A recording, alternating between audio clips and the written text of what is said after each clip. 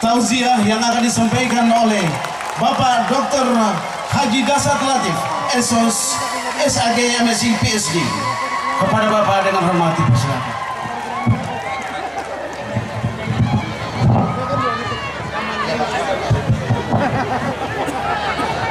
Assalamualaikum warahmatullahi wabarakatuh.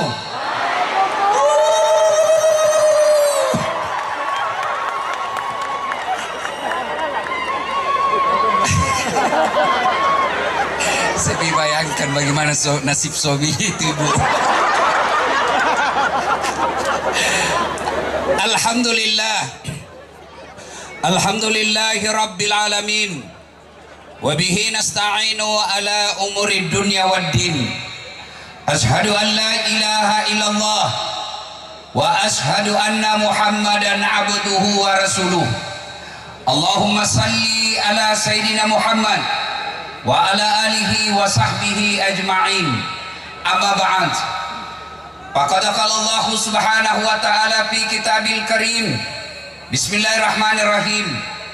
Ya ayyuhalladzina amanu taqullaha haqqa tuqatih wa la tamutunna illa wa antum muslimun. Wahai orang-orang yang beriman, bertakwalah kalian kepada Allah dengan sebenar-benarnya takwa, dan janganlah kamu mati kecuali dalam keadaan beragama Islam.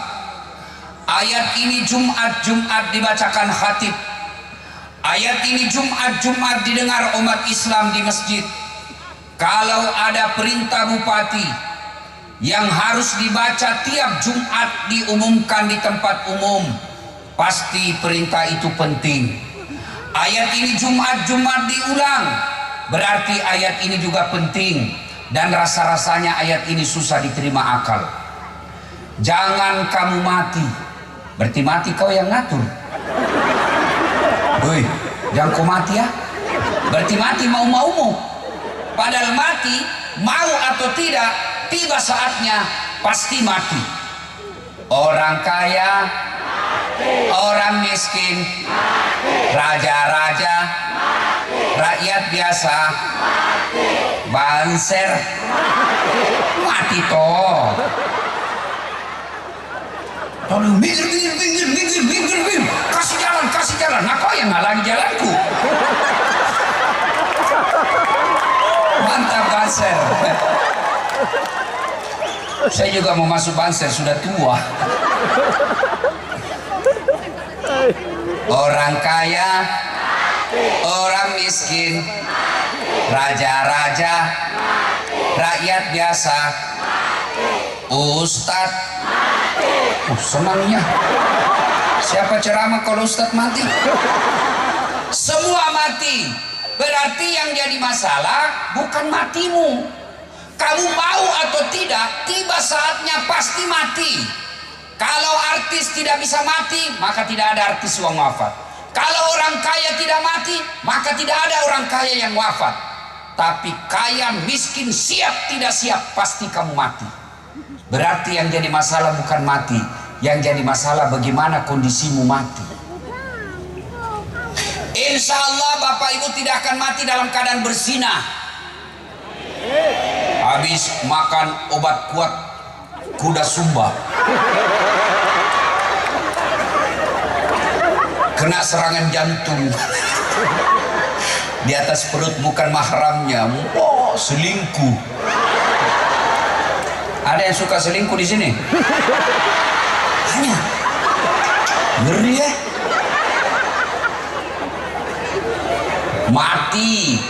Mati kafir.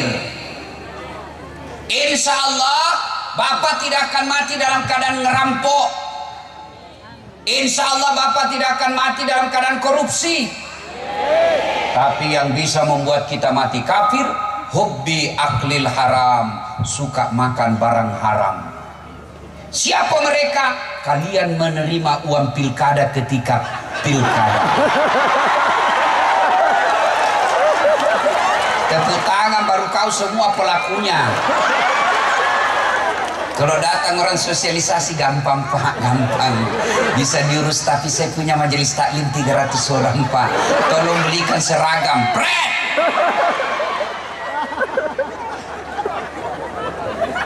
Siapa lagi yang bisa mati kafir? Mereka yang jadi pegawai lalu makan uang haram selama dia pegawai. Dengar ini para pegawai. Yang pegawai honor. Lebih baik kalian menjadi pegawai honor daripada pegawai tetap tapi kalian masuk karena nyogok. Ada pegawai honor di sini? Biasanya itu Satpol PP, polisi setengah. Ada Satpol PP di sini.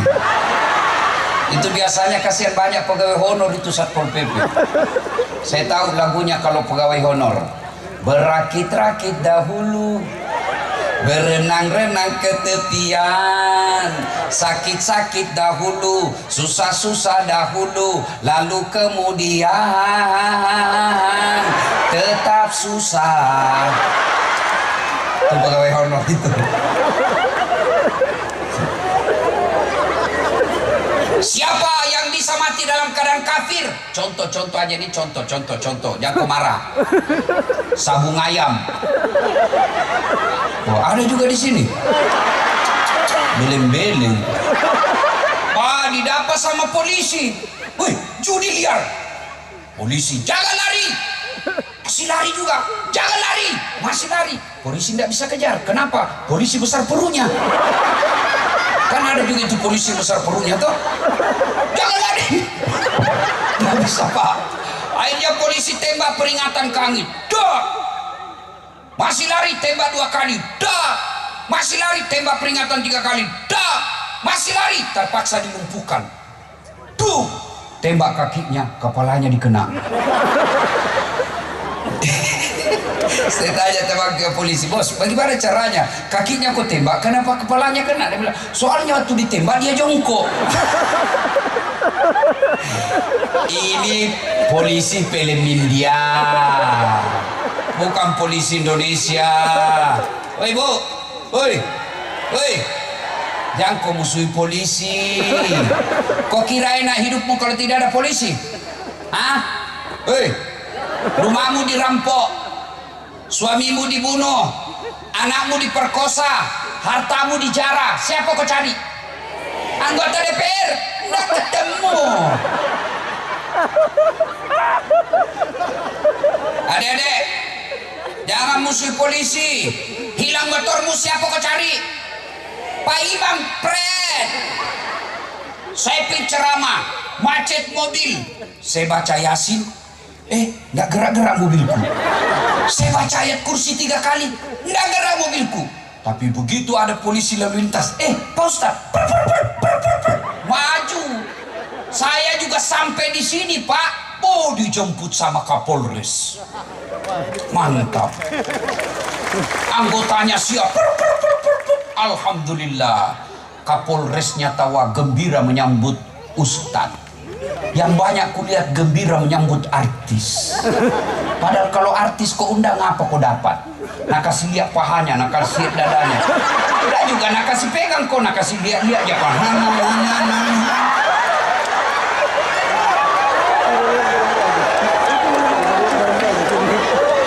Masya Allah. Jangan musuhi polisi. Bapak tahu enggak kenapa kita bisa tabligh akbar seperti ini? Hah? Karena pencapaian vaksin kita sudah lebih 75%. Dan itu jasanya tentara sama polisi. Kalau bupati coba bilang mari vaksin, nah bila masyarakat Anda jangan ngurus saya. Tapi datang polisi, ayo vaksin, mau vaksin Pak. Jasa-jasanya polisi. Makanya jangan musuh polisi. Pun kalau ada polisi yang minta-minta uang di jalan, kau melanggar, kau tidak lihat diri. Saya lihat Pak. Kenapa kau langgar? Saya tidak lihat Bapak. Kenapa kau tidak lihat saya? Bapak sembunyi di tikungan. Mana surat-suratmu? Lengkap. Saya tilang kamu. Kenapa Bapak tilang saya? Kau pembohong. Maksudnya apa? Itu jaketmu Yamaha, motormu Honda. Itu polisi film India. Bukan polisi Indonesia. Lihat deh Pak Kapolres malam ini, lengkap pasukannya, ada poluan-poluannya. Masya Allah. Kalau masih ada gadis, mudah-mudahan saya doakan kau cepat dapat jodoh. Oh, balasan gembira sekali. Dengan 11-12 kali Ustaz. Wa qala idan. Bismillahirrahmanirrahim. Ya ayyuhalladzina amanu dukhulu fis-silmi kaffatan wa la tattabi'u khutuwatis syaitan innahu lakum adu mubin. Wahai orang-orang yang beriman, masuklah engkau ke dalam Islam secara sempurna. Bukan Islam pencitraan, bukan Islam pilkada, bukan Islam pilcaleg. Ini politisi kalau mau pilkada, pilcaleg, penampilannya kala-kala Ustadz Dasar. Rapi songkoknya. Keluar masuk masjid, biar tidak diundang datang juga. Begitu sudah terpilih, tidak pernah lagi datang. Jangan kau Islam begitu. Banyak begitu di sini. Banyak begitu di sini. Kau salah, kenapa kau pilih dongo?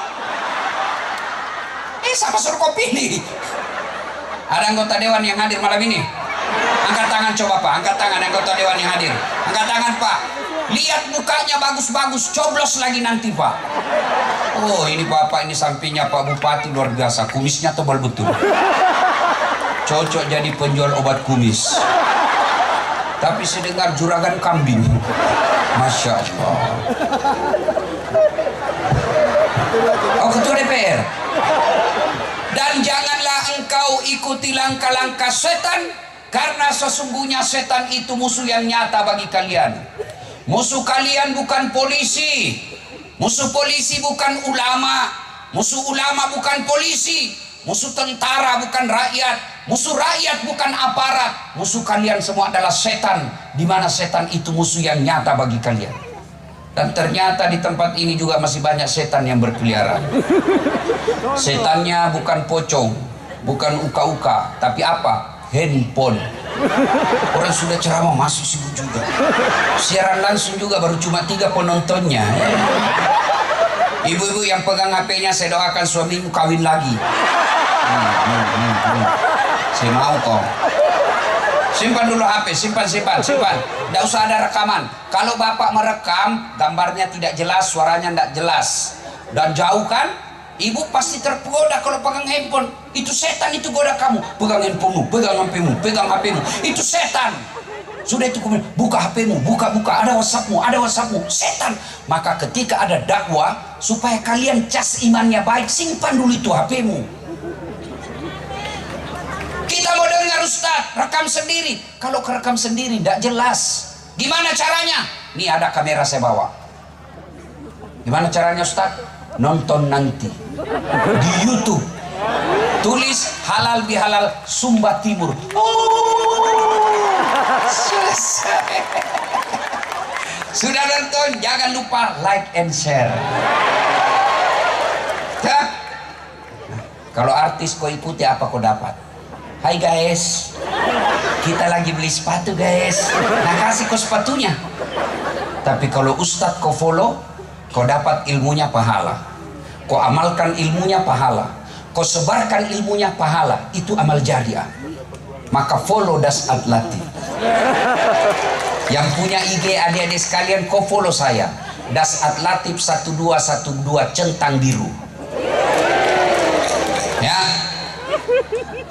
Wa qala idan. Bismillahirrahmanirrahim. Innallaha wa malaikatahu yusalluna 'alan nabi. Ya ayyuhalladzina amanu sallu alaihi wa sallimu taslima. Sesungguhnya Allah dan para malaikatnya bersalawat kepada Rasulullah Muhammad sallallahu alaihi wasallam. Maka wahai orang-orang yang beriman, bersalawatlah kalian kepada Rasulullah dengan sebaik-baik salawat. Suatu kali Nabi lagi duduk-duduk dengan malaikat Jibril. Tiba-tiba Nabi melihat ada malaikat lebih 1 juta jari-jarinya.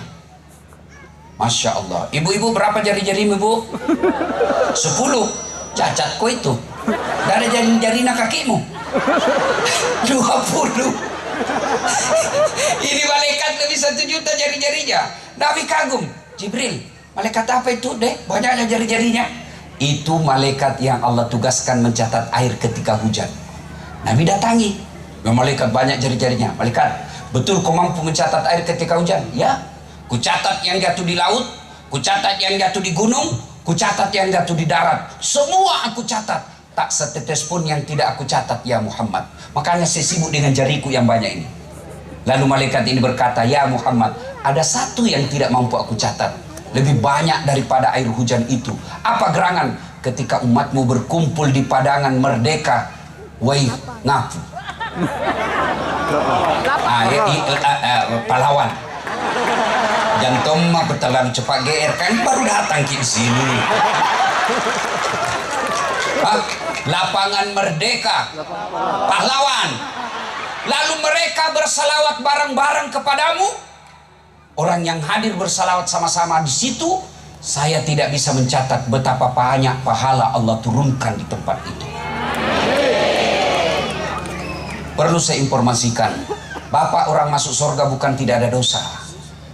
Kalau orang masuk surga tidak ada dosa, tidak ada isinya surga, Pak. Mana ada manusia yang tidak ada dosanya? Ini di depan saya semua ini banyak semua dosanya ini. Alasan istrinya rapat, ternyata pilih merapat. Ya kan? Mana ada manusia yang tidak ada dosanya? Semua kita punya dosa.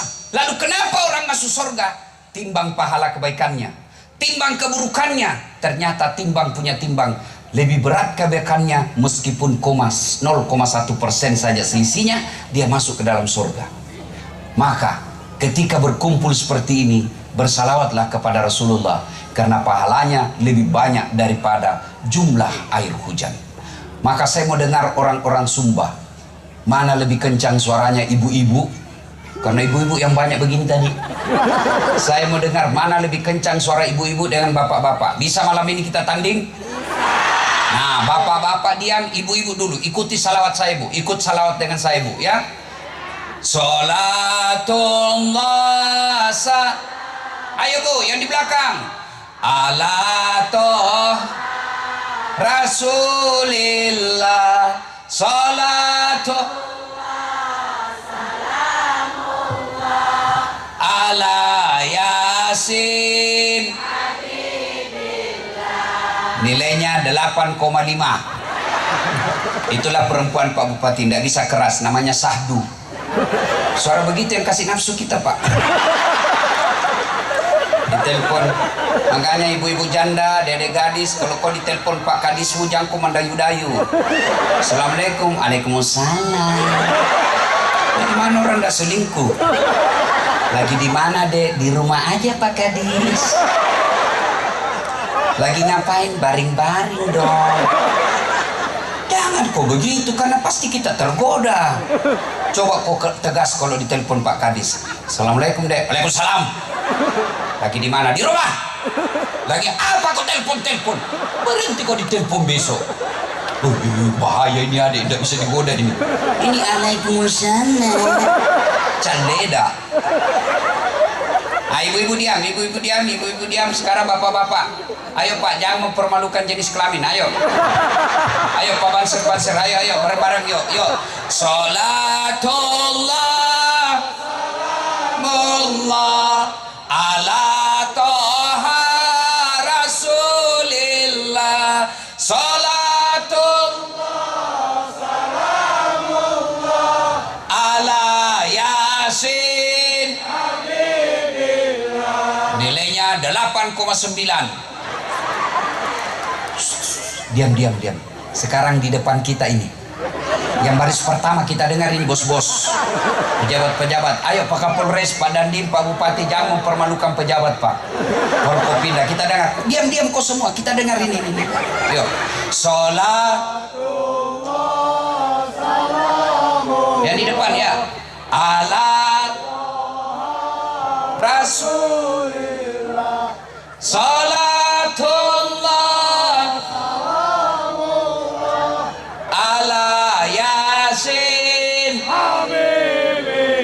Nilainya 9,9. Kenapa Ustaz? Karena Bupati belikan saya tiket.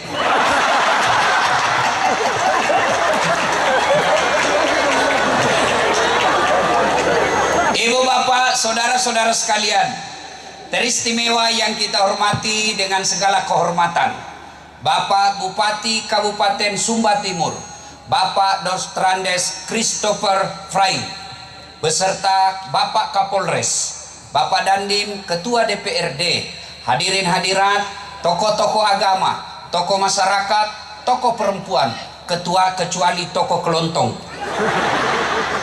Dan teristimewanya lagi yang saya muliakan, Ibu Bapak, tokoh-tokoh agama dari non-muslim yang saya doakan semoga Bapak selalu bahagia, dilindungi dan dirahmati oleh Allah Subhanahu wa taala.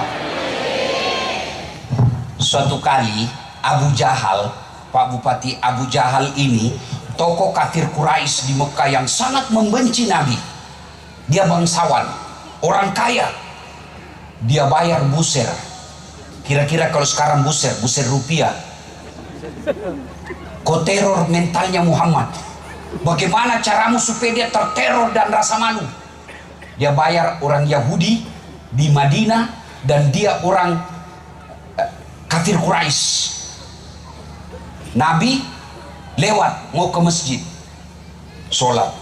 Dari atas ketinggian ini Yahudi yang dibayar ini, dia ludahi Muhammad. Kena kepalanya Muhammad. Kira-kira kalau Pak Bupati sebagai tokoh masyarakat, Bupati pula, mayoritas pula di sini, tiba-tiba ada orang Bugis ludahi Bapak.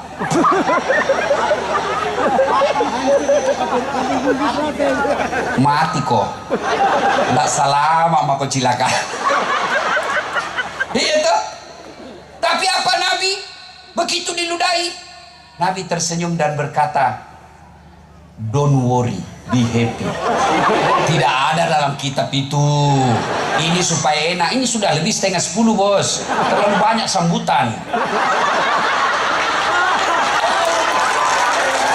Yang saya bayangkan ini yang jauh, kasihan rumahnya. Maka saya ceramah cukup 15 menit saja. Ada katanya yang lebih dari 100 km dari sini. Bayangkan itu Pak. Hah? Oke lah, kalau begitu kita selesaikan sampai jam 12 malam. Mampu? Serius? Saya yang tidak mampu. Diludahi Nabi. Pak! Nabi tersenyum dan berkata, salah tempat. Ludahmu kena kepalaku. Tapi tidak apa-apa saudara. Lewat. Hari kedua juga begitu. Diludahi lagi Nabi. Kan orang diteror jadi berusaha diulang-ulang. Kena lagi kepala Nabi. Nabi coba tersenyum. Tidak apa-apa, tidak usah kau cemas. Hari ketiga juga begitu Pak. Diludahi lagi. Nabi bilang, tidak apa-apa, tidak usah cemas. Hari keempat Nabi lewat. Cari-cari, mana ini langgananku? Biasanya ada di sini. Nabi selesai sholat Pak, pergi ditanya sahabatnya, kau kenal si Fulan? Kenal ya Rasul? Mana dia kasihan? Sakit ya Rasul. Oh kasihan dia ya. Pulang ke istrinya, sayangku ada kurma? Ada roti? Ada madu sedikit? Ada, tapi sedikit sekali ya Rasul. Tidak apa-apa, biar sedikit. Mau kemana? Saya mau pergi besuk pasien langgananku. Allahu Akbar. Diketuk rumahnya. Dari dalam yang meludahi Nabi, siapa? Muhammad. Muhammad siapa? Langgananmu.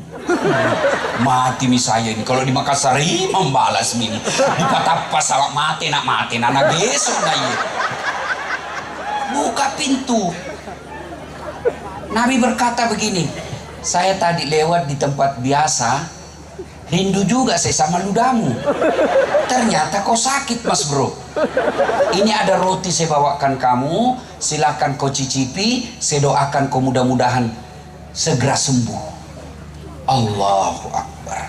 Inilah halal bihalal. Ini contohnya ini. Satu kali lagi, di sudut pasar kota Madinah, Pak Bupati, waktu itu tadi masih minoritas waktu di Mekah.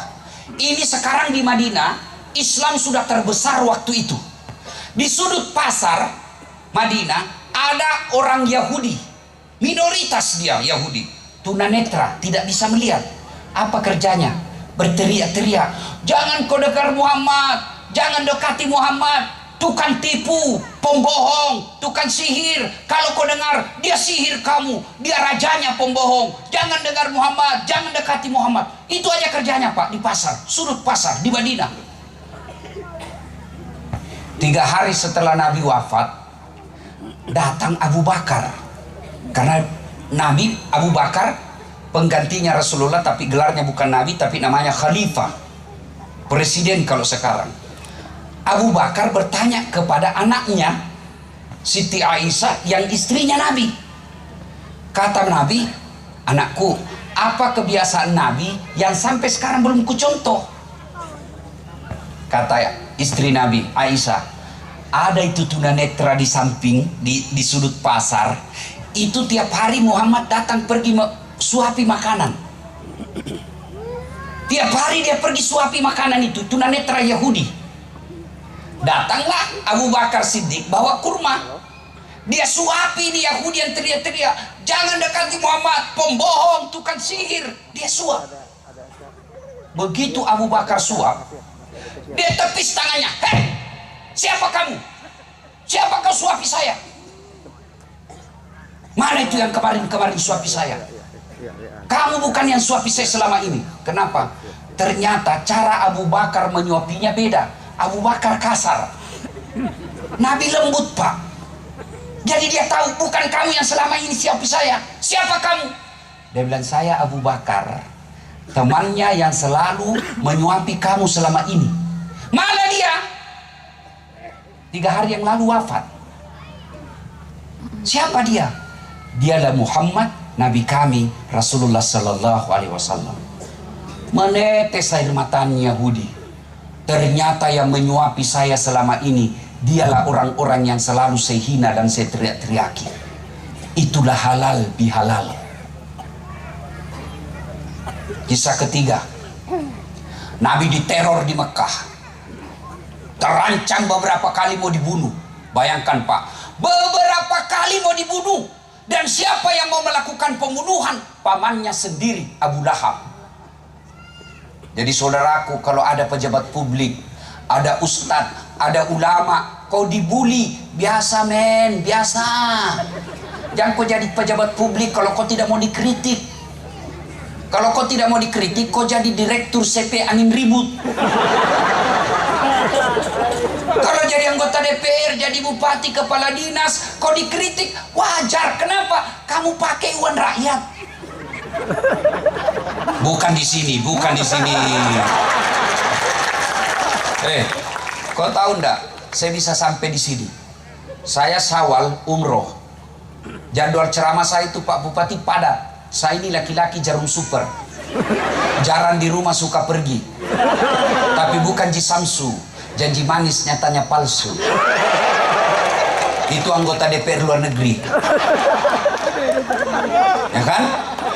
Nah, ada jamaah saya, ketua supporter PSM. Dia bilang, Ustaz, dia ikuti saya terus. Kemana saya sholat, diikuti saya terus. Tolong jadwalnya Ustaz, saya sudah janji bupatinya Sumba. Beliau non muslim, tapi mau sekali dengar Ustaz ceramah langsung live. Banyak caraku dek. Tolonglah Ustaz, tolonglah Ustaz. Saya bilang, malah jauh juga itu, tidak masuk dalam peta kayaknya. Datang Pak Ustaz, datanglah Pak Ustaz. Siapa yang punya upaya Pak? Pak Bupati Christopher. Karena ketua PHBI mau undang saya, Pak, susah. Mahal tiket. Saldonya saya dengar cuma 2 juta. Masya Allah, kita doakan Pak Bupati sehat walafiat dan keluarga. Bayangkan dia sumbang lagi 5 ekor sapi. Kalau saya pengusaha muslim di sini Pak, saya agak tersinggung. Masa orang non muslim sumbang ke 5 sapi? Dan kau banyak duitmu. Orang kaya seperti ini yang pelit sekek kikir galak paku jambatan. Begitu kau diantar mako pergi kubur, na tunggu mako malaikat, na putar milama mako tunggu sekek. Kau Kami itu orang bikin halal bihalal 50.000 jika sumbang. Sesa kok cilaka. Kita doakan Pak Bupati sumbang lagi sapi mudah-mudahan ya.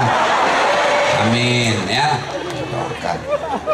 Jadi kalau kalian ada juga acara-acara seberang agama kita yang bukan bersifat ibadah, sumbang ku juga. Balas nanti kebaikannya Pak Bupati dalam acara-acara helat yang lain, insya Allah. Kan tidak enak kalau saya yang sumbang bos, karena saya jauh. Tapi kalau kau menyerah kau sama orang kaya yang sumbang, baik saya sumbang. Kalau kau merasa tidak mampu, ya saya yang lakukan. Balas kebaikannya orang adalah bagian daripada perintah agama. Kita lanjut cerita. Diteror, dihina. Ketika kalian mendapat teror dalam aktivis dakwah, kegiatan dakwah, kenanglah Rasulullah, manusia pilihan, kekasih Allah, namanya selalu digandengkan dengan nama Allah. Bukan diteror, bukan lagi dibully, tapi beberapa kali mau dibunuh. Maka karena teror semakin memuncak di Mekah, Nabi ke Taif. Mudah-mudahan di Taif dapat penghormatan dan simpati. Tapi apa yang terjadi? Sampai di Taif, Nabi dilempari, Pak. Siapa lempari Nabi? Anak-anak remaja. Dilempar, keluar kau, penipu, penyihir, keluar kau. Sumber keributan. Berdarah pipinya Nabi. Datang malaikat Jibril, muncul dan berkata, ya Muhammad, sudah keterlaluan ini masyarakat Taif. Saya diperintah Allah, kau berdoa saja Muhammad, saya angkat gunung Taif ini, saya hancurkan mereka semua penduduk Taif. Kira-kira kalau bapak-bapak ada yang teror tiba-tiba datang polisi, saya misalnya diteror di sini, dilempar, datang Kapolres, bagaimana Ustaz? Hancurkan. Tapi Nabi apakah itu dia lakukan? Tidak. Nabi berkata, ya Jibril, kalau Allah ingin mendengarkan saya hanya berdoa, ya Allah, berikan hidayah dan petunjuk kepada mereka. Jangan kau hancurkan mereka. Mereka lakukan itu kepadaku karena dia tidak tahu apa yang saya bawakan buat mereka. Kalau bukan mereka yang beriman, kalau bukan mereka yang percaya kepadaku, anak cucunya nanti yang saya doakan, mudah-mudahan mereka yang beriman kepadaku. Terbukti kehebatan doa Nabi itu, kebaikan hati Nabi itu di Taif. Sekarang tak satu orang pun manusia yang tidak beriman kepada Rasulullah Muhammad sallallahu alaihi wasallam. Itulah halal bihalal. Maka tidak ada gunanya kita bikin halal bihalal begini besar ramai sampai ratusan juta uang habis, tapi kalian orang Sumba masih bermusuhan gara-gara momen pilkada. Halal bihalal datang dari Sumba Barat, Barat Daya, jauh 300 km ke sini, tapi kalian bertengkar gara-gara momen pilpres. Cebong kampret tidak akur. Aduh. Jangan gara-gara pilpres kalian orang Sumba pulau kepulauan bertengkar. Jangan bos, bodoh namanya kita. Mereka yang sudah jadi presiden, mereka sudah dapat tunjangan, mereka sudah dapat pengawalan. Kalian baku musuh tetanggamu gara-gara cebong kampret. Apa namanya kalau bukan beleng-beleng? Nah, kasih kau gajinya. Inilah yang kadang-kala merusak persaudaraan kita. Apa? Pilkada, pilpres, momen-momen politik. Boleh berbeda pilihan. Ini sebentar lagi 2024. Mulai lagi kita ribut lagi. Ngapain kalian ribut? Kalian juga politisi yang ikut bertarung pilkada kalah, jangan kau hasut masyarakatmu. Sabar kau lagi, tanding kau lagi 5 tahun yang akan datang. Kalah kau lagi, tanding kau lagi yang akan datang. Kalau kau ikut pilkada kalah, kau datangi Pak Bupati, baik minta maaf, bikin kau pidato, ini yang terbaik buat Sumba Timur. Kita hormati pemilihan ini. Saudara-saudaraku yang tidak menang, bukan kita kalah, tapi suaranya lebih banyak. Selesai. Sudah itu kalau kau akur sama bupati, mudah-mudahan kau dapat proyek penunjukan langsung.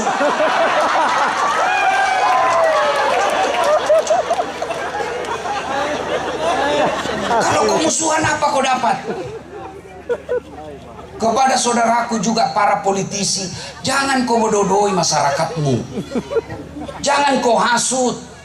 Berikan mereka, setiap ada pilkada selalu ada penanda tangan, siap menang, siap kalah. Tapi begitu dia kalah, kalian juga tim sukses. Ini yang menghasut kadang-kala ini tim sukses. Kenapa? Karena dia mau sukses. Dapat baleho disuruh bikin baleho 10, 5 aja dia bikin, dia makan 5.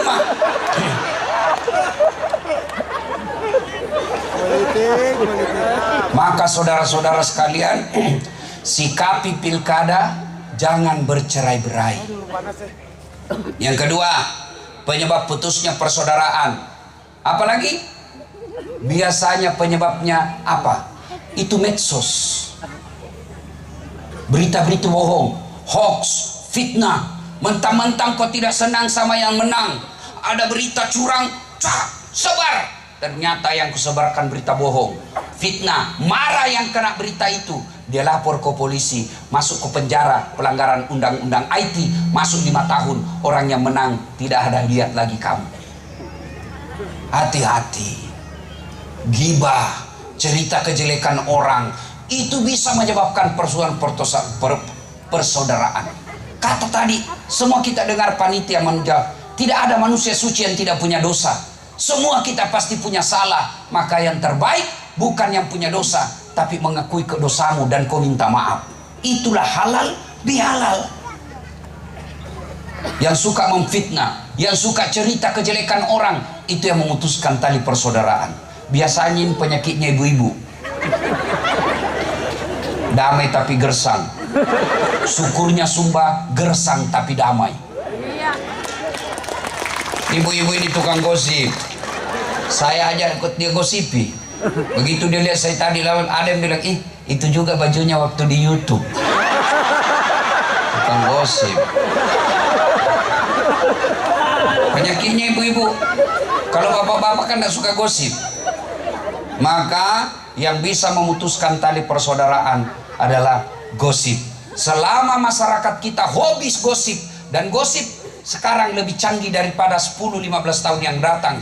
Kalau dulu kita mau gosip harus bertatap muka. Sekarang dukungan teknologi dan didukung oleh setan, gosipnya satu di Sumba, satu di Sumbawa, satu di Jakarta, satu di Surabaya, satu di Bali. Bergosip di mana? Grup WhatsApp.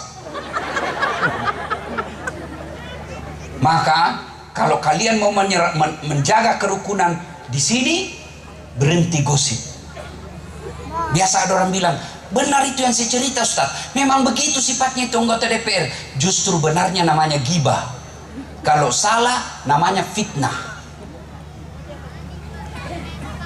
Saudaraku, jangan kau sebarkan berita-berita yang tidak ada faedah meskipun itu benar.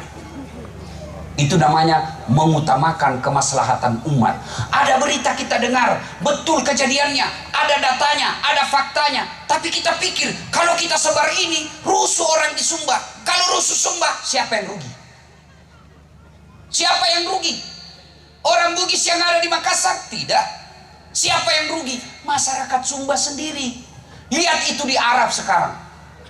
Lihat itu di Arab. Saya tadi pesawat dari Jakarta ke Bali, saya nonton di atas pesawat film perang. Apa enaknya kalau sudah perang orang? Kita bisa dakwah begini karena kita damai. Kita bisa dakwah begini karena kita tidak ada kerusuhan. Mana bisa ceramah orang kalau rusuh? Saudara-saudara, ada batu. Tidak bisa lagi. Maka merugi kalian kalau kalian gara-gara fitnah, gara-gara berita bohong, gara-gara berita tidak benar, kalian sebarkan rusuh. Benar aja dalam Islam. Dengar ini baik-baik, Bu. Benar saja kalau itu berita benar, tapi di dalamnya ada kerusuhan, di dalamnya ada kerusakan, maka agama mengajarkan hentikan penyebarannya. Berhenti kau meskipun itu benar. Apalagi berita salah. 2. Hoax yang menyebabkan fitnah, ghibah yang menyebabkan putus persaudaraan. Yang ketiga apa? Sakwa sangka, sangka buruk. Ketemu Pak Bupati di bandara, enggak juga disapa, padahal saya dulu tim pemenangnya. Beliau ndak sapa karena buru-buru. Ditelepon sama istri, cepat pulang, cepat pulang. Ketemu ustaz, kok tidak disapa? Lagi stres ustaznya. Sangka baik. Ibu-ibu, tidak mungkin di sini, di Sumba ini, damai dan tentram kalau masyarakatnya suka sakwa sangka buruk sangka sama satu dan lain-lain. Tidak mungkin. Jangankan satu kabupaten, satu pulau, rumah tangga saja tidak akan bahagia kalau penduduk rumah itu, penghuni rumah itu, suami buruk sangka pada istri, istri buruk sangka sama suaminya, percaya tidak akan pernah ada kedamaian di rumah itu. Contoh ibu, hei, bagaimana kau mau tenang kalau selalu kau periksa HP-nya suamimu? Kalau ada kau dapat cinta lama berseri kembali, apa kau dapat? Nah, kalau kau dapat ada WhatsApp salah-salah suamimu, mau kau apa? Hah? Begitu kau bilang ceraikan saya, langsung dah bilang ceweknya, alhamdulillah, saya terima kau dengan terbuka. Makanya ndak usah kau urusi. Ayo, ndak enak juga itu kalau selalu kau periksa HP-nya suamimu. Apa yang kau mau dapat? Lebih sangka baik. Kenapa? Karena dosanya suamimu, kalian sebagai wanita muslimah, Allah kasih keistimewaan. Apa keistimewaan? Kalian tidak tanggung dosanya suamimu. Suamimu tukang judi, suamimu perampok, suamimu pezina, suamimu pemabuk. Kalian menjadi istri yang baik, kau tidak tanggung dosanya suamimu. Barang hebatnya perempuan Islam, sebelum diadili dosa-dosanya, ada 4 laki-laki yang melindungi di depannya. Sebelum ibu bersalah dan mau diperiksa, dicari dulu siapa laki-laki yang melindungi. 4. 1, bapakmu. 2, suamimu. 3, saudara laki-lakimu. 4, anak laki-lakimu. Ini dulu ini perkarakan baru kamu. Itu hebatnya. Jadi kau ndak usah cemas soal dosanya suamimu, dia tanggung sendiri. Lebih kau cemaskan dosamu. Jangan ketawa, saya serius ini. Ini juga perempuan selalu kasih bingung kita. Bertengkar, hamil lagi.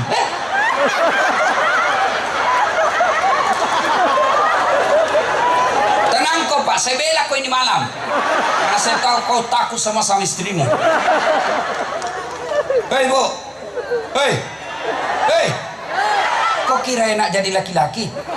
Hah? Coba lihat kasihan itu suamimu. Kau kira dia tidak malu kalau kau pulang kampung tidak pakai emas? Malu juga itu. Berkumpul semua istri-istri saudaranya, tapi kamu kasihan bajumu. Malu juga itu kita sebagai suami. Tapi apa boleh buat, rezeki dari Allah, bukan kita yang ngatur, Allah. Maka jangan kau selalu teror suamimu. HP-nya diperiksa. Bagaimana kita tidak serangan jantung? Sampai-sampai Pak Bupati, ada teman saya, dia bilang, Ustaz, pernah suatu ketika saya angkat takbir Allahu Akbar, tiba-tiba bunyi handphoneku. Dan itu handphone barusan saya jawab odo-odo kuat SMA. Bunyi handphone, ada istriku di samping. Gelisah saya sholat Ustaz. Bagaimana hukumnya itu Ustaz? Istrinya lihat, langsung istrinya bilang, tenang kau sholat, lanjutkan, saya tidak periksa di HP-mu. Baru dia tenang sholat. Coba itu pengaruhnya ibu, kalau kau selalu periksa HP-nya suamimu, sengsara perasaanmu. Tapi coba kalau kau baik sangka, telepon suami pagi-pagi tidak jawab, oh berarti lagi sholat duha suamiku. Telepon siang tidak dijawab lagi, oh berarti lagi sholat duhur berjamaah di masjid. Telepon sore belum jawab, oh dia lupa ini HP-nya di sadelnya motor. Tiba-tiba dia, suamimu kulihat bonceng cewek cantiknya. Oh berarti mengojek ini suamiku. Tenang perasaan. Karena tidak enak juga itu selalu dicurigai. Kita baru pulang capek di kantor, baru datang, dari mana kau? Mana itu HP-mu? Kita sampai kantor, telepon dulu, di mana? Kok ribut, saya di kantor ini. Dia dengar, mana itu? Saya di kantor. Dan berapa percaya? Coba video call. Hehehe. Ini semua korban di depan ini. Kalau itu jelek itu perempuan, Pak. Satu kali kisalah ingat terus. Itu perempuan Pak Kapolres, ahli sejarah. Kesalahan 5 tahun yang lalu masih naulang itu Pak. Makanya jangan coba-coba bikin kesalahan. Saya juga HP ku Pak, kupalsukan namanya orang yang selalu telepon saya. Karena dulu waktu saya di kampung ada cinta-cinta monyet. Sekalinya saya viral, wah dia telepon terus sekarang. Saya mau blokir, nanti dibilang saya sombong satu kampung. Saya mau terima perasaannya istriku dong. Akhirnya Pak Bupati ku tulis namanya di HP ku, penjual batu bata. Suatu ketika menelpon lagi, ya saya lagi santai-santai, bunyi. Istriku bilang, Ustaz, ada telepon tak? Dari siapa sayang? Penjual batu bata. Jangan panik Pak, jangan panik. Kalau panik kentara kita Pak. Saya kuasai, baru saya tarik nafas. Tagihan itu sayang, jangan Kak, tagihan. Aman Pak. Kan perempuan paling takut tagihan toh. Oh, enggak diangkat betul HP saya Pak. Suatu ketika saya pulang ceramah, haus saya. Sayangku, bikinkan dulu teh. Saya sibuk Ustaz, ini Ece lagi diajar ngaji. Bikin maki sendiri. Mana gula? Dia bilang ada gitu di toples. Saya pergi ambil gula. Sudah ku kasih, ada tulisannya gula. Bilang, asin. Saya pergi periksa toples, tulisannya gula. Istrinya garam. Saya bilang sama istriku, kenapa kau tulis gula ini baru sini yang garam? Dia bilang, HP-mu juga lain di dalam, lain kau tulis. Salatullah salam. Ayo semua. Ala toha rasulillah. Salatullah salam. Ala yasin habibillah. Coba Pak, halal bihalal itu memaafkan. Coba Rasulullah, manusia mulia, dengan gampangnya dia memaafkan orang. Bukan cuma memaafkan, tapi dibalasnya dengan membawakan kue dan doa. Itulah orang Islam yang disebut rahmatan lil alamin. Bagaimana kalian mau memaafkan orang lain? Nah, istrimu saja kau tidak maafkan, suamimu aja kau tidak maafkan. Bagaimana kita memaafkan tetangga? Suami aja kita tidak maafkan hanya gara-gara WhatsApp salah kirim. Karena ada tong itu namanya, Ibu, WhatsApp salah kirim. Cewek masuk, ada tanda-tanda lope. Kau juga Pak, kalau salah kirim, blokir ki, jangan korespon. Siapa ya? Anu Pak, oh Mbak. Asal dari mana? Banyuwangi. Boleh ketemu ndak? Terserah Bapak aja. Itu namanya korespon. Tapi kalau salah WhatsApp, mohon maaf, salah nomor, bukan saya yang kau cari, saya blokir. Selesai. Kalau kau harga istrimu, tapi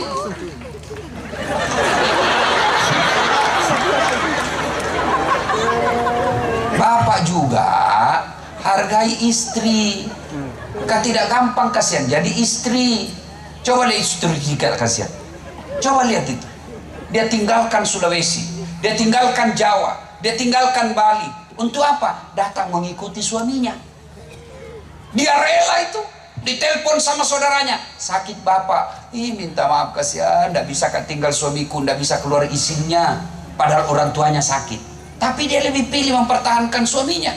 Itulah istri. Maka wajar ketika Nabi katakan, bukan umatku suami yang tidak tahu menghormati istrinya. Bukan kok umatnya Nabi. Coba kalian itu istri kita, kasihan. Bajunya masih itu yang tahun lalu. Coba lihat itu istri kita. Suka ngomel. Memang begitu perempuan Pak. Kalau ada perempuan tidak ngomel, pasti ada kelainan itu. Maka cara menghadapi perempuan yang suka ngomel, tidak usah kau layani. Makin kau layani, makin menjadi-jadi. Jadi gimana rumusnya Ustaz? Diam. Diam. Tidak bisa didengar Ustaz. Baik, sakit telinga. Cara terakhir, makan kau obat tidur. Karena biar kita jelaskan, tidak masuk di akalnya. Apalagi kalau Nabi bilang, pokoknya, dia pokok saja. Tidak masuk di akalnya itu. Kan tidak gampang juga jadi istri. Ibu-ibu, dengar ini bapak-bapak. Itu susahnya jadi istri. Ibu-ibu? Ya. Bu? Ya. Masih ingat waktu hamil? Enak. Oh, jalan saja setengah mati. Mau duduk aja itu pakai standar samping. Iya tuh Bu. Bu. Waktu hamil pernah ndak ibu tidur tengkurap? Pernah ibu? Tadi coba berapa lama ibu? 9 bulan. Dengar Pak, istri kita 9 bulan tidak tengkurap, tahan. Tuh, Bapak 1 bulan aja tengkurap pusing. Itulah perempuan. Iya ibu? Ya. 2. Ibu masih ingat waktu melahirkan? Ada ndak ibu-ibu melahirkan senyum? Mentang-mentang istri anggota DPR keluar kona.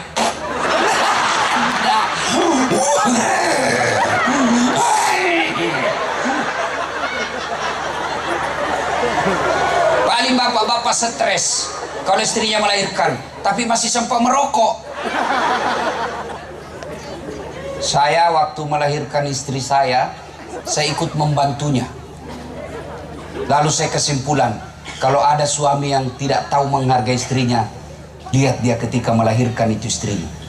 Pilihannya hanya 2, tidak setengah mati, mati sekalian. Dan berapa banyak ibu-ibu wafat melahirkan anaknya, dan ketika ditanya, ketika dipilih sama dokter, kalau menyelamatkan anak ibu yang lewat, kalau menyelamatkan ibu anak yang mati, apa dia pilih? Biar nih saya dok, anakku kau selamatkan. Itulah istri. Kita paling stres ketika ngidam. Apa ngidamnya? Tidak bisa tidur istriku Ustaz. Kenapa? Nanti dia bisa tidur kalau dia duduk, dia lihat saya duduk di atas lemari.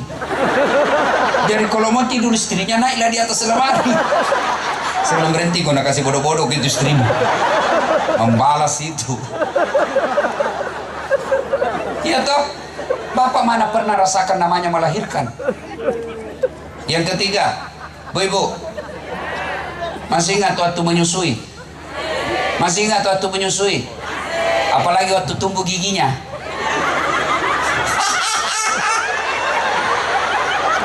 Dia bayangkan dirinya itu ibu. Dia gigit. Apa begitu ibu digigit? Kau tinju anakmu? Kau gigit saya, kurang ngajar ini. Nah di bujuknya juga lepas kena. Waduh. Siang siang anaknya, malam bapaknya. Itulah penderitaan perempuan.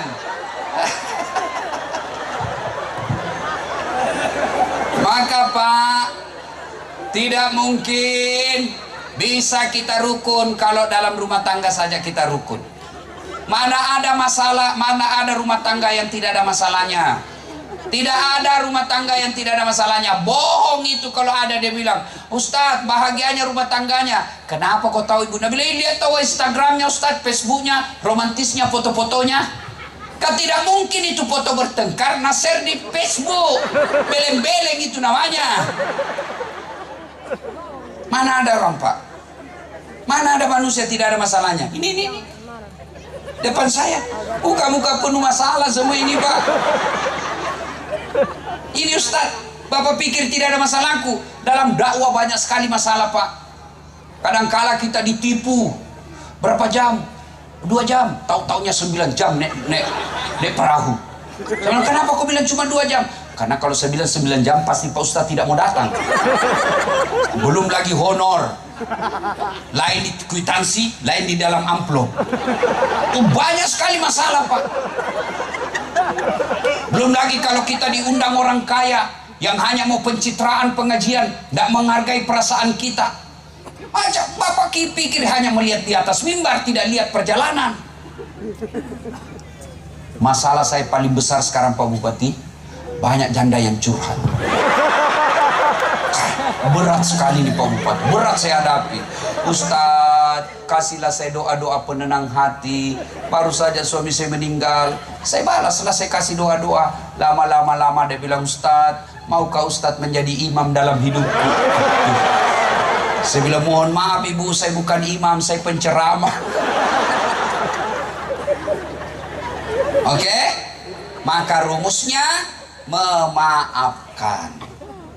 Ketika suami salah, Istri salah, maafkan. Bagaimana cara bisa memaafkannya, Ustaz? Cara paling simpel adalah ingat kebaikan-kebaikannya. Suami salah, ingat kebaikannya. Alhamdulillah gara-gara inilah suami sehingga saya masuk jadi anggota Bayangkari. Alhamdulillah gara-gara inilah suami saya jadi anggota DPR, saya dipanggil sebagai ibu dewan. Gara-gara ini suami saya sehingga saya masuk menjadi Dharma Wanita, karena suamiku pegawai negeri. Caranya mengingat. Baru satu kali salah suaminya, 40 tahun berumah tangga dia lupa semua kebaikannya. Itu bisikan setan. Istrinya 40 tahun memberi anak 4, baru satu kali menerima WhatsApp salah kirim, suaminya dendam sampai dia berkhianat. Jangan. Kalau ada kesalahan dalam rumah tangga, bukan dengan saling mempermalukan, bukan dengan saling memaki, apalagi sampai melukai fisik istrimu. Kata Nabi, kau bukan umatku. Tapi kalau sudah tidak tahan dengan istrimu, Allah buka jalan keluar. Apa? Kau cerai baik-baik. Jangan pernah ceritakan kejelekannya. Begitu kan Quran. Kalau kau sudah tidak menemukan ketentraman jiwa dalam rumah tanggamu, kau selalu bertengkar tiap hari, dia tidak ada lagi kenyamanan kau dapat rumah tanggamu, Allah katakan kau berpisah baik-baik dengan tidak menceritakan kejelekan masing-masing. Jadi kalau kita sudah tidak tahan dalam rumah tangga, bukan dengan menjelek-jelekkannya, pisah kau baik-baik. Bagaimana cara pisahnya? Kau datang di pengadilan agama. Biasanya sebelum diadili ada namanya diberikan mediasi untuk rujuk. Karena biasa orang bertengkar Pak gara-gara sepele. Ini karena kita cepat sekali curhat. Curhatnya kemana? Ke saudara. Saudaramu belum tentu niatnya baik. Bisa jadi dia dengki. Kenapa? Suaminya pengangguran, suamimu baik agamanya. Ada salah sedikit, nah hasut kau. Bukan karena melihat kau bahagia, supaya kau juga susah karena dapat suami yang baik. Masa saudara bisa begitu? Bisa. Siapa yang dorong Nabi Yusuf masuk sumur? Siapa ibu? Siapa? Saudaranya sendiri. Masa si jelek itu sifatnya napamanku itu, Ustaz? Siapa yang Abu Lahab? Yang menghalangi Nabi dakwah? Saudaranya bapaknya Nabi. Saya sepupu itu, Ustaz. Siapa Abu Sufyan? Sepupunya Nabi. Maka kalau ada masalah rumah tanggamu, jangan kau curhat kepada tetanggamu. Jangan kau curhat sama saudaramu. Curhat kemana? Kepada Allah. Gimana caranya? Itulah doa. Saya tidak tahu berdoa, Ustaz. Bahayanya itu kalau kau tidak tahu berdoa. Nah, berdoa itu tidak harus pakai bahasa Arab. Berdoa itu tidak harus pakai bahasa seperti Quran. Berdoa itu kata Nabi, silakan kau pakai bahasa ibu. Apa bahasa ibu? Bahasa hari-harimu. Bahasa Bugis boleh, bahasa Jawa silahkan, bahasa Sunda boleh, bahasa apa saja boleh. Bahkan boleh pakai bahasa isyarat.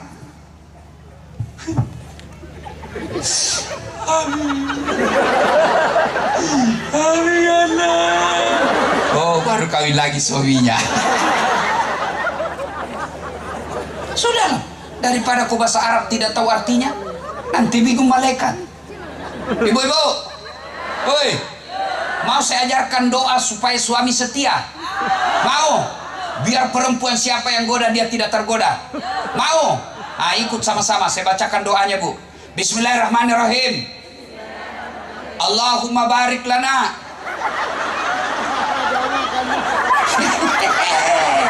Doa makan itu dong. Itu kenapa? Karena kau pikir bahasa Arab.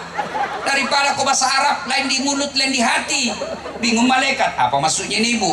Mau supaya setia suaminya, nah doa makan, nah baca. Maka tidak harus pakai bahasa Arab.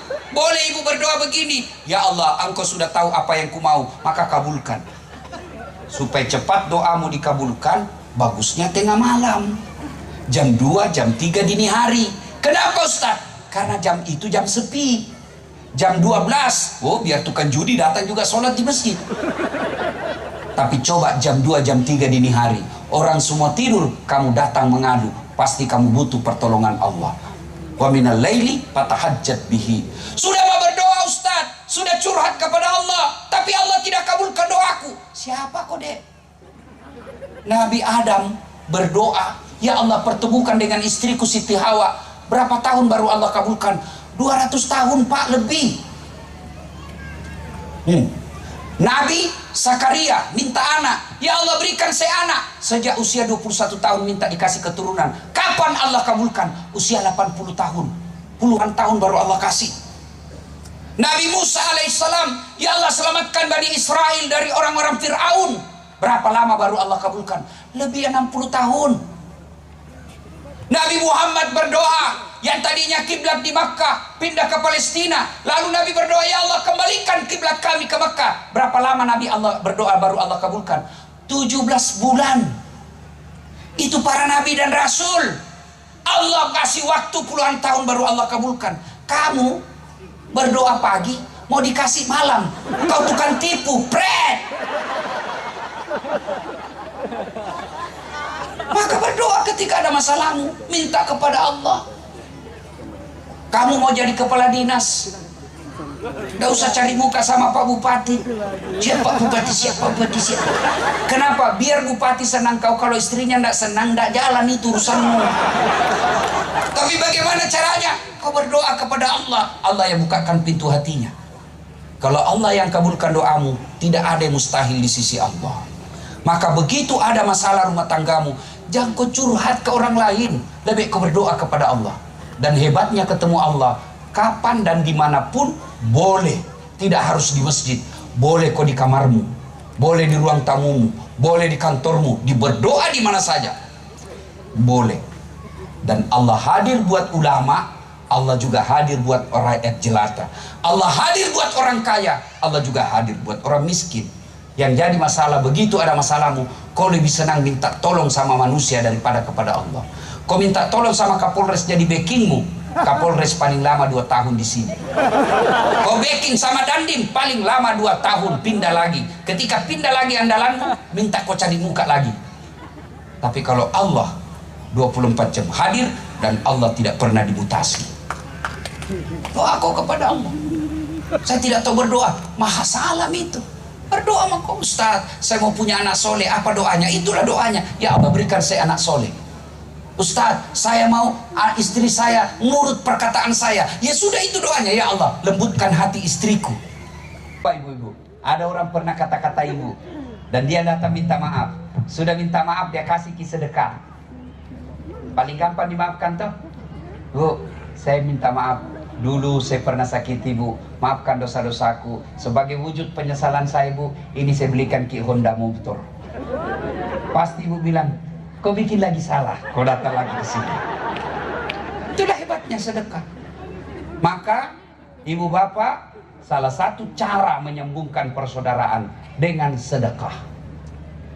Dan tidak ada orang yang tidak senang orang dermawan, sebaliknya tidak ada orang senang orang yang pelit. Saya tanya ibu-ibu, senang anggota DPR yang pelit atau dermawan? Senang tetangga yang pelit atau dermawan? Senang bupati yang pelit atau dermawan? Senang tetangga yang pelit atau dermawan? Tidak ada orang suka orang pelit. Bahkan orang pelit sekalipun tidak suka sama orang pelit. Dan nyakupi rumahnya pelit, padahal dia juga pelit. Sedekah. Nah ibu bapak saudara-saudara sekalian, poin ketiga, apa hebatnya banyak teman? Kalau kita selalu akur seperti ini, apa hebatnya? Kata Nabi, siapa yang mau dimudahkan rezekinya, dipanjangkan umurnya, dan tertolak dari malah bahaya, hendaklah bersilaturahmi. Apa maksudnya Ustaz? Contoh, banyak teman, banyak rezeki. Mana contohnya? Dasat latih. Saya Pak Bupati tidak banyak uangku, tapi banyak temanku. Temanku banyak uangnya. Temanka itu Yusuf Kalla, temanka Aksa Mahmud, temanka banyak Pak. Sehingga saya di Makassar, itu istri saya senang kalau saya ke pasar. Kenapa? Tidak pernah laku uang saya. Saya baru turun dari mobil sudah teriak, "Assalamualaikum Ustaz." Dalam hatiku aman dan terpercaya, aman dan terkendali lagi. Ada isi, saya bilang, "Berapa Ji?" "Nggak usah Ustaz." "Nggak enak, masih pagi-pagi Ji." "Nggak usah Ustaz." "Nggak enak." Dalam hatiku, memang itu kutunggu. Iya toh? Banyak teman, banyak rezeki. Allahu Akbar. Yang kedua, banyak teman gampang selesai masalah, tertolak dari bahaya. Mana buktinya? Habis masa berlakunya SIMku. SIM, surat izin mengemudi. Saya datang ke Polrestabes, baru saya turun, dilihat sama ajudannya Kapolres Tabes. Komandan, ada Pak Ustad. Kapolres Tabes turun. Ustad, Assalamualaikum Ustad. Siap Komandan. Waalaikumsalam warahmatullahi wabarakatuh. Nama Ustad? Perpanjangan SIM Komandan. Mati di SIMku. Panggil Satlantas tolong bantu Pak Ustad ya. Jangan kau lagi minta uangnya. Berdosa kau uang Ustaz kau makan. Iya toh. Maka kalian keliru, salah ketika kalian banyak musuh. Kita orang Sumba coba amalkan innamal mu'minuna ikhwah. Kalian semua bersaudara. Coba amalkan. Bahkan Nabi katakan umatku itu seperti badan ini. Coba lihat badan ini Pak. Tangan kanan gatal tanpa disuruh kiri yang garuk. Tangan kiri yang gatal tanpa diundang kanan yang garuk. Gatal dua-duanya kerja sama. Enak itu orang bersatu Pak. Contoh lagi, ada anak muda jalan malam-malam, tiba-tiba tak hantu kakinya, duh! Kaki tak hantu, seluruh badan berpartisipasi menolong. Pertama yang bereaksi, aduh, kakiku kesian. Yang berikutnya mata mencari, mana yang luka. Yang berikutnya mulut meniup, yang berikutnya tangan mengusap. Padahal kaki yang bermasalah, semua anggota tubuh ikut berpartisipasi. Tidak ada anak muda tahan, jalan kok sama kok, jalan kok lagi, jalan kok. Begitu kalian mestinya orang Sumba.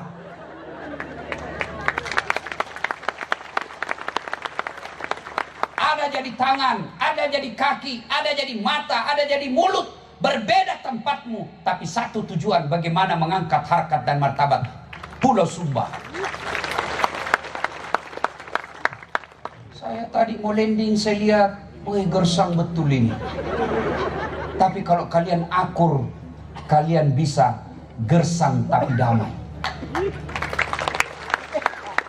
Tapi kalau sudah ribut, sudah gersang, ribut lagi, apa untungmu? Apa nyamannya jadi hidup di dunia? Tapi kalau sumber daya alam kita tidak bagus, tidak mendukung seperti di Kalimantan, tidak seperti Pulau Sumatera, tapi kalian akur, jauh lebih baik daripada kalian kaya sumber daya alammu, tapi ribut melulu. Tapi paling sial sudah miskin, ribut terus. Itulah yang selalu saya bilang, bertengkar, hamil lagi. Tidak ada bagusnya itu bertengkar Pak. Damai. Dan biasa juga ini yang kasih bertengkar kita ini gara-gara arwah. Perbedaan pendapat. Kalian ini ustadz, janganlah berdakwah ketika berbeda pendapat, kau hina orang. Ada juga itu ustadz ketika berbeda pendapat, dia hina-hina orang. Dari mana kau belajar agama? Mulutmu kotor, mulutmu kasar, mulutmu memaki. Tidak kau ingat sejarah Nabi? Pindah dari Makkah ke Madinah, kan ada 5 itu perintahnya. 5 perintah harian, seandainya beliau jenderal waktu itu, namanya perintah harian jenderal. Apa perintah Nabi yang kelima itu? Satu diantaranya, asin kalamaka, haluskan tutur katamu. Haluskan tutur katamu. Itu Nabi perintah. Kalau berbeda pendapat, biasalah. Kenapa orang berbeda pendapat? Karena kan tidak ada videonya Nabi. Takdirnya Nabi kita cuma tahu sejajar dengan bahu. Kan beda-beda itu sejajar dengan bahu. Karena tidak ada video, tidak ada foto. Maka ulama ada yang mentakbir begini, Allahu Akbar. Kenapa? Karena dia melihatnya dari depan. Ada yang begini, Allahu Akbar. Kenapa? Karena melihatnya dari atas, sejajar. Silakan, mau begini silakan, mau begini silakan. Ada juga yang terlalu semangat. Silakan. Penting kamu yakin ada yang ngajar kamu, silakan. Dan tidak usah kau celah. Kenapa? Karena kesesatannya kalau dia salah, kau tidak tanggung salahnya. Tapi ketika kau hina dia, kau berdosa. Kan mau begini silakan, mau begini silakan, mau begini. Ada juga yang tidak semangat sekali. Ada juga begitu, yang tidak makan. Silakan, jangan kau hina orang. Silakan. Meletakkan tangan juga setelah takbir kan berbeda imam mazhab. Syafi'i itu yang banyak di umumnya Indonesia, antara dada dengan pusat. Begini. Ada juga yang di atas dadanya, Allahu Akbar, begini. Ada itu pendapat ulama. Ada juga yang di bawah pusat, Allahu Akbar. Bukan di bawah sekali, Bu. Ini mau cepat sekali bikin ngeres. Ada juga yang keempat, Allahu Akbar, lurus saja dia. Mau begini silahkan, ada pendapat ulama. Mau begini silahkan, ada dalilnya. Mau begini juga silahkan, bahkan mau begini juga silahkan, terserah. Boleh, boleh. Yang tidak boleh kalau kau pakai semua. Allahu Akbar. Sudah pasti salah itu.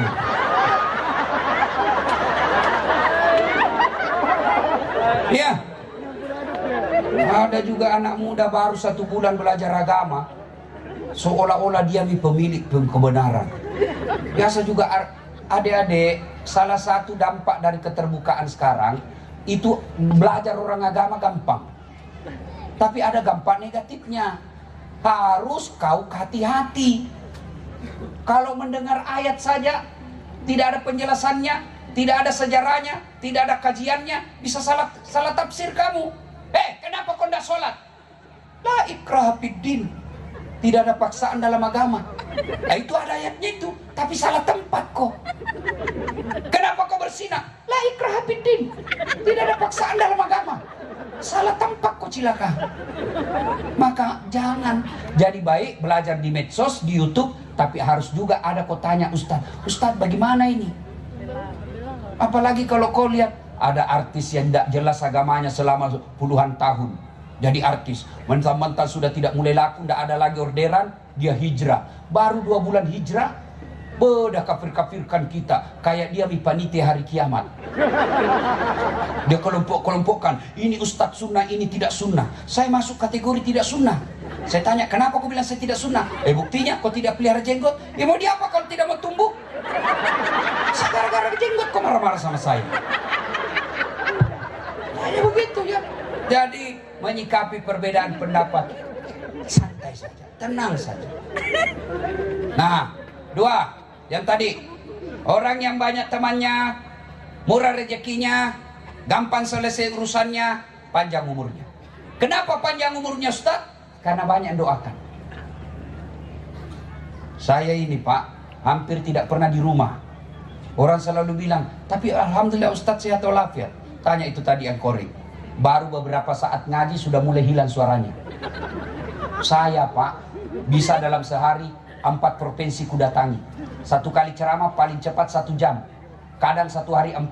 Berarti lebih kurang saya 6 jam teriak-teriak. Alhamdulillah sehat walafiat. Kenapa? Karena banyak yang doakan saya. Yang paling juga menjadi kita kalau ada bapak-bapak yang cium kita. Aduh, dia cium berkumis ya Ustaz. Tiap hari saya nonton, aduh cukup bisa. Maka banyak teman, banyak yang doakan. Coba tadi, berapa yang pidato di sini sambutan, semua mendoakan saya. Dan bapak-bapak mengaminkan. Banyak teman, insya Allah sehat walafiat, panjang umur. Nah, sekarang bagaimana lagi kalau sudah terlanjur baku musuh orang? Bagaimana caranya Ustaz? Nah sudah maki baku musuh kemarin, ini mi halal bihalal. Caranya, jabat tangannya. Jangan WhatsApp, maafkan saya lahir dan batin. Maaf lahir batin, dunia akhirat, sengaja tidak disengaja, ujung rambut sampai ujung kaki. Tidak begitu, itu versi Pancasila. Versi agama kita, datangi. Jabat tangannya. Pandang matanya. Jangan kau jabat tangan sambil menerima telepon. Gak sopan itu. Jabat tangannya, pandang matanya, senyum. Yang keempat, paling penting, ini. Allahumma salli ala Sayyidina Muhammad wa ala ali Sayyidina Muhammad. Dan yang kelima, sebut judulnya dosamu. Pak Bupati, maafkan saya. Kenapa dek? Dulu ada bapak suruh saya bikin baleho 5. Itu saya tidak bikin Pak. Pantas saya kalah di kecamatanmu. Maafkan saya Pak, saya hilap Pak, maafkan saya. Pak Bupati bilang, oke, saya maafkan kau, tapi jangan ulang lagi. Kalau dia, Pak Bupati mengatakan, kembalikan uang saya yang 5 itu, Bapak wajib mengembalikannya. Jadi kalau ada pegawai di sini pernah ngambil barang-barang kantor, kembalikan besok bos.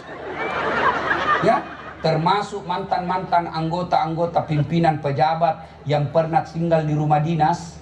Begitu dia hibah jabatannya keluar dari rumah dinas, biar gorden nak ambil semua, kulkas sendok nak ambil semua, Pak, kasih kembali besok. Selama Bapak tidak kembalikan, Pak, tobatmu tidak diterima. Itulah susahnya tobat kalau ambil barang negara, Pak. Nah, Pak Bupati, maafkan saya. Pernah hilang laptop di kantor? Ya, saya ngambil, Pak. Nah, sudah, saya kasih kembali itu, saya mutasi kau menjadi staf ahli. Ahli yang tidak ada stafnya. Udah, pasti itu. Nah, bapak-bapak nanti kalau minta maaf sama istri, ya, sebut. Jadi kalau maafkan saya ibu, dia bilang istrinya, apa judulnya? Udah enak nanti ngamuk kau lagi ah. Enggak dia apa bilang kok? Dia bilang Ustaz harus sebut. Dan kau enggak marah? Indah Ji, maafkan saya ibu, waktu saya dinas dulu, saya dinas di Jakarta bu, hilap kak ibu. Ada perempuan mirip sekali kak. Saya hilap ibu, maafkan saya ibu, maafkan saya. Dia bilang istrinya begitu memang Pak, saya maafkan kau karena waktu kau dinas juga saya juga selingkuh di belakang. Salatullah salamullah ala toha rasulillah. Salatullah salamullah ala yasin habibillah. Nabi bertanya, atadruna manil muflis? Saudara-saudara sekalian, kau tahu tidak siapa yang bangkrut nanti di akhirat? Yang tidak sholat ya Rasul, dia sholat. Yang tidak puasa Ramadan ya Rasul, dia puasa. Yang tidak bayar zakat ya Rasul, dia bayar zakatnya. Oh mungkin yang tidak haji padahal dia mampu, Pak haji. Kalau begitu siapa yang bangkrut ya Rasul? Nabi menjawab, jarusu wa khati'ur rahim, tetangga yang jahat sama tetangganya dan yang memutuskan tali persaudaraan. Sahabat heran, ya Rasulullah bagaimana dia bisa bangkrut? Sholatnya baik, puasa Ramadannya baik, zakatnya lancar, haji bahkan, kenapa dia bisa bangkrut? Kata Nabi, betul, hablum minallahnya, hubungannya kepada Allah, ibadah maknanya baik, tapi sayang di komplek tidak ada yang senang dia, di kantor tidak ada yang senang dia. Dia di komplek depan rumahnya bertengkar gara-gara parkir, samping kanannya bertengkar gara-gara got, samping kirinya bertengkar gara-gara taman, belakang rumahnya bertengkar gara-gara binatang ternaknya. Nih, kalau dia pahalanya nanti di store, ya Allah ini sholatku 40 tahun. Datang tetangganya, tunggu dulu, saya pernah naserobot pagarku hanya karena dia teman sama Dandim. Nah ambil pagarku setengah meter setiap hujan di kampungku, pasti kehujanan rumahku, saya minta keadilan. Allah berfirman, ambil sholatnya 20 tahun. Ada lagi tetangganya, tunggu dulu, saya juga pernah satu kantor, di kantor bupati, dia fitnah saya, katanya mobilku hasil korupsi, gara-gara fitnahnya saya dimutasi, saya minta keadilan. Allah berfirman, ya sudah, ambil juga sholatnya 20 tahun. Habis sudah itu sholatnya 40 tahun Pak. Ada lagi, saya juga pernah difitnah gara-gara caleg. Saya jual sawahku, saya kalah gara-gara fitnahnya. Katanya anakku yang lurus rambutnya bukan anaknya suamiku, karena suamiku keriting rambutnya. Dia tidak tahu anaknya keriting rambutnya karena sudah direbonding. Gara-gara fitnahnya, saya kalah. Sudah, dia bilang, Allah berfirman, sudah, ambil puasanya itu 30 tahun. Habis sudah amalnya Pak, habis semua, habis. Ini ambil ini, ambil ini, ambil ini. Masih ada yang datang. Saya juga pernah disakiti ya Allah. Saya pernah dihinanya ya Allah. Saya tidak bisa melawan. Saya minta keadilan hari ini. Ini yang tadi banyak amalnya, dia bilang, ya Allah, bagaimana lagi caranya? Nah sudah habis, kasihan ini amal-amalku. Allah berfirman, supaya adil, ambil dosanya orang yang pernah kau sakiti. Inilah yang disebut bangkrut. Banyak ibadahnya, hitam jidatnya gara-gara sholat, Ramadan berjamaah selalu di masjid, tapi tidak ada orang senang di kompleknya. Orang seperti itu bukan orang mulia, tapi dia orang bangkrut nanti di akhirat. Inilah sehingga kita harus datang berhalal bihalal, minta maaf, maafkan, minta maaf. Bapak hanya wajib minta maaf, dia maafkan kita atau tidak bukan urusan. Bagaimana mau minta maaf Ustaz? Nah kita malu ini Ustaz. Begitu Bapak masih bilang malu, itu setan bercokol dalam. Masa bupati minta maaf? Itu setan Pak. Justru bupati yang harus banyak minta maaf sama rakyat. Kenapa? Tidak ada rakyat yang datang marah-marah sama bupati. Justru bapak pejabat-pejabat yang harus banyak minta maaf sama rakyat. Dan tidak ada orang hina karena minta maaf. Belajar dari kisah Rasulullah 3 awal ceramah kita tadi. Itulah salah satu sebabnya kenapa Nabi kalau ada yang menghinanya umat Islam mengamuk. Kenapa? Karena Nabi hadir dalam hati kami, hidup dalam hati kami. Menghina Nabi kami berarti kamu menghina agama kami. Tidak boleh atas nama keyakinan, atas nama demokrasi, atas nama kebebasan berpendapat, kalian sebebas-bebasnya menghina keyakinan orang lain. Tidak ada itu. Karena Rasulullah telah mencontohkan. Kalian juga orang Islam, yakinkan saja la ilaha illallah, tiada Tuhan selain Allah, tapi kau tidak punya hak menghina agamanya orang. Dan Nabi tidak pernah mencontohkan. Saya ajarkan kepada anak saya, nak, Tuhanmu Allah, lain dari Allah bukan Tuhanmu, tapi kau tidak punya hak sama sekali menghina agamanya orang. Khairun nas anfa'uhum linnas, kata Nabi. Sebaik-baik manusia di antara kalian yang paling baik akhlaknya dan paling banyak manfaatnya buat orang lain. Maka akhlak baik itu satu di antaranya saling memaafkan. Saya malu Ustaz minta maaf. Caranya datang kau di masjid. Di mana dia sholat Jumat? Oh, di sana. Begitu dia angkat takbir, kau dekat di dengannya. Allah, sudah dekat, sudah mulai senyum-senyum. Begitu dia assalamualaikum balik kanan, kau tahan dulu. Assalamualaikum warahmatullahi wabarakatuh. Tahan dulu. Dia balik assalamualaikum, baru kau balik assalamualaikum warahmatullahi wabarakatuh. Tidak mungkin dia dorong mukamu. Tidak mungkin. Sudah itu kau jabat tangan. Innamal mu'minuna ikhwah. Sesungguhnya kita bersaudara. Orang yang bersaudara nikmat hidupnya, Pak. Saya tanya ibu-ibu, kenapa nasi enak dimakan? Ayo, saudaraku Banser, kenapa nasi enak dimakan? Kenapa? Karena masuknya rame-rame. Coba kalau kau makan satu-satu, makan satu biji, repot toh. Itulah enaknya bersatu, pak, satu kali masuk kenyang. Iya, Pak. Maka tidak ada baiknya bermusuhan. Inilah halal bihalal. Dan saya kagum di tempat ini karena disinilah saya melihat bagaimana kerukunan yang sangat akur. Kerukunan antar umat beragama, toleransi sudah hatam soal Islam, soal toleransi. Mana ada, maka kami kecewa, kami tidak masuk akal ketika ada orang yang mengatakan Islam radikal, Islam intoleran, Islam anti NKRI. Perlu Bapak tahu, tidak ada dalam agama kami membenci negara. Bahkan Nabi dalam hadisnya, hadis itu sebagai pedoman beragamanya kami orang Islam. Nabi dalam satu hadisnya mengatakan, hubbul watan minal iman. Cinta negara adalah bagian daripada iman. Maka kalian kalau membenci negara, boleh. Tapi jangan sampai kau anarkis. Bagaimana caramu kalau mau memperbaiki negaramu? Bukan dengan nutup jalan bakar ban. Bukan dengan cara menghina berteriak-teriak. Bagaimana caranya? Kau masuk jadi anggota DPR, buktikan kalau kau ada pendukungmu. Bertanding kau. Saudaraku, mana ada senikmat beragama di Indonesia? Mana ada negara senikmat seperti Indonesia? Di Indonesia, Anda mau bangun masjid, gampang. Di Saudi, di Mesir, di Malaysia, tetangga kita sama-sama Melayu. Tidak mungkin kau bisa bangun masjid tanpa izin kerajaan. Tidak mungkin. Indonesia, ada tanahmu sedikit, bangun masjid biar tidak ada IMB-nya jadi. Mau kau dakwah?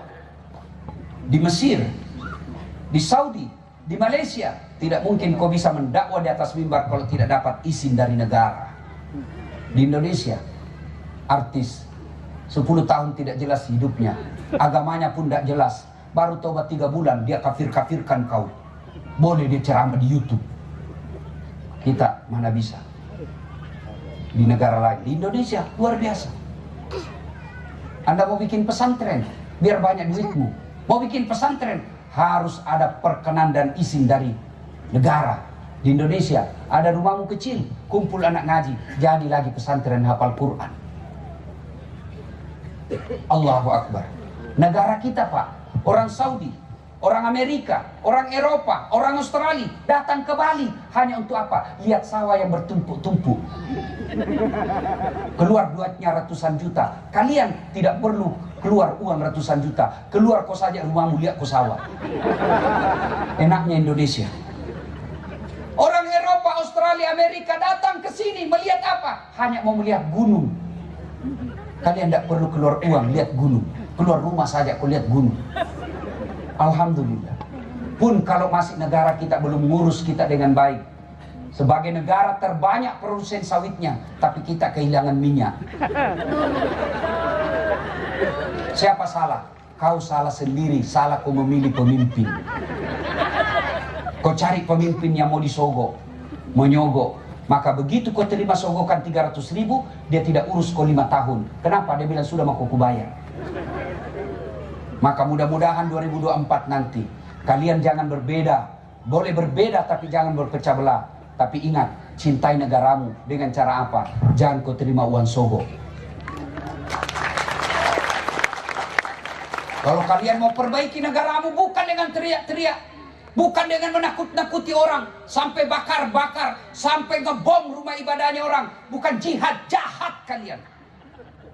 Gimana caranya? Kau jadi anggota DPR. Masuk ke anggota DPR. Dalam ke anggota DPR, kau perbaiki negaramu. Kau cintai kabupatenmu, jadi ke anggota DPR. Coba kalau orang memilih anggota dewan, bupati, tidak keluar uang banyak, maka terpilih pemimpin yang mencintai rakyatnya. Kalau kau bukan kau nikmati, anakmu nanti yang nikmati. Tidak perlu nyogok jadi kerja, lapangan kerja gampang, cari nafkah gampang, sekolahkan anak gampang, ibadah gampang. Kenapa? Yang memimpin kalian orang yang peduli terhadap rakyatnya. Tapi karena pilkada mahal, uang perahu, uang kampanye, akhirnya apa? Orang yang baik, cerdas, tidak ikut. Kenapa? Tidak ada duitnya. Pun kalau ada duitnya dia bilang, lebih baik saya jadi rakyat biasa daripada saya menyogok.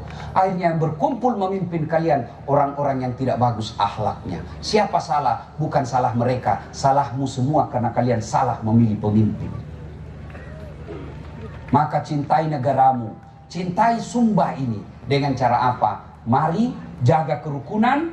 Pilkada jangan membuat Anda berpecah belah.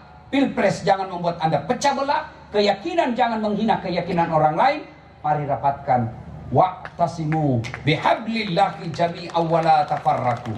Berpegang teguhlah engkau kepada tali persaudaraan agama Allah, dan janganlah engkau bercerai-berai. Itulah manifestasi, turunannya adalah sila ketiga Persatuan Indonesia. Ibu bapak saudara-saudara sekalian, banyak yang ingin kita sampaikan, tapi waktu jualah yang membatasi kita. Insya Allah lain waktu dan kesempatan kita akan lanjutkan lagi. Sebelum saya akhiri, saya ingin berpantun. Tolong dikatakan cakep kalau saya berpantun ya. Niat hati begini, belumpi ya. Lebat batang padi jerami, padi dipanen di pagi hari. Niat hati berpoligami, apa daya takut istri. Pantun kedua. Burung cendrawasih terbang tinggi, mencari makan di pagi hari. Bukan kami takut istri, cuma istri lebih berani. Itu pantun buat bapak ibu berumah tangga. Ini buat anak muda. Dari mana datangnya cinta? Dari Facebook turun ke WhatsApp. Dari mana datangnya kecewa? Setelah ketemu ternyata berbeda. Mari kita akhiri dengan bersama-sama mengucapkan hamdalah.